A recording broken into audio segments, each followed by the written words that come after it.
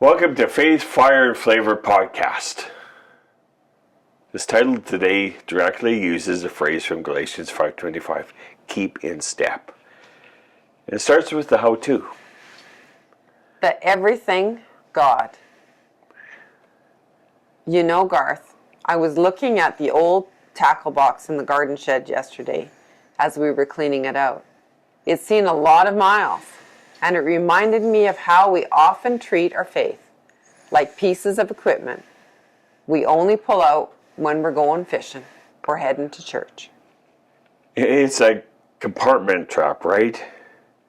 We have Sunday compartment, work compartment, the fun compartment, the real life compartment. But the more years that we walk this out, Karen and I, the more we realize that the Holy Spirit doesn't want compartments. He wants the whole house. He's portable. He's not waiting for you to show up at a building. He's already in the car with you on that way to wherever you go.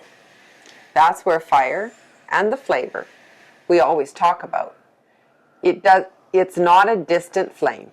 It's a warmth right now here at the table. Today, we're diving into why that portability is actually the key to consistent peace in the chaotic world. The word, Galatians 5:25. I want to ground us in Galatians 5. It's a short verse, but it's extremely heavy. Since we're living by the Spirit, let us follow the Spirit's leading in every part of our life. I love the word since. It implies that it's already happened. If you've said yes to Jesus, the Spirit is in residence. Now the invitation is to follow the leading. In the original language, that keeping in step actually refers to a line of soldiers or dancers moving in perfect unison. But it's not about this rigid military march, is it? It's more like, well, like you and me walking around the town and with our grandkids, and sometimes they run ahead and sometimes they lag way behind, but the goal is for us to stick it together. To keep in step with the Spirit means noticing his pace. Is he slowing you down to talk to a neighbor? Is he speeding you up to get a task done? The backyard reality. Let's get really practical. We often think Spirit-led means something spectacular, like a miracle on every street corner. And while we believe in miraculous, most of the Spirit's portability happens in the mundane. Karen, that's so true. It's around the barbecue, when the steaks are sizzling, like we said in the last video, you're just enjoying family, you're hanging out with them. I was in our first one. Does the Holy Spirit have a seat at that table, at your table, in your house? He does.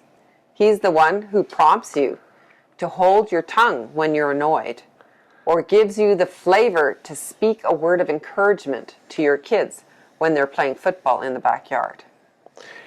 You know, after 43 years of marriage and more years of ministry, I've learned that the Spirit is most portable when we're most us being allowed to enter his life and him in our lives. He uses our specific personality, our laughs, our way of cooking. He hitches a ride in a daily routine to reach people you didn't even know you were reaching. The struggle when we trip. Being vulnerable and living it out is important in life. We can be honest with you all. There are days when we feel out of step, when the fire feels like a flicker. Life sometimes is just plain difficult. Well, absolutely, Karen. You know, even when we create podcasts, we mess things up more than we don't. And there are these mornings we wake up first, and our thought isn't, Holy Spirit, lead me. It's where's my coffee, or why is the Wi-Fi slow, or I have to finish a sermon, or a podcast I have to edit, or the yard to work on, or renovations in our house that has to happen. And that's where the gentleness of God comes in. Keeping in step isn't about perfection. It's about realignment. If you realize you've wandered off the path, You don't have to go back to the start line. You just look to your side, realize he's still there, and start walking with him again, right where you are. So here's the action plan, your 24-hour yes, so to speak. We want to leave you with this challenge, this 24-hour challenge. We're calling it the portable presence check. The threshold prayer is the first one. Every time you walk through the door today, any door, your house, your office, your gym, school, whatever it might be, just whisper, "You're here with me, God, thank you." The flavor filter is this. Before you speak, ask, is this adding the Spirit's flavor to this conversation, or am I just being salty? The backyard blessing. Find one mundane moment tonight, doing dishes, driving the kids to another ball game, and intentionally invite them into it and say, "God, come along for the ride." Friends, revival doesn't need a stage. It just needs a yes. And that yes can happen right in your living room. It can happen while you're looking at this device and watching this, or on your computer. So pull up a chair this week.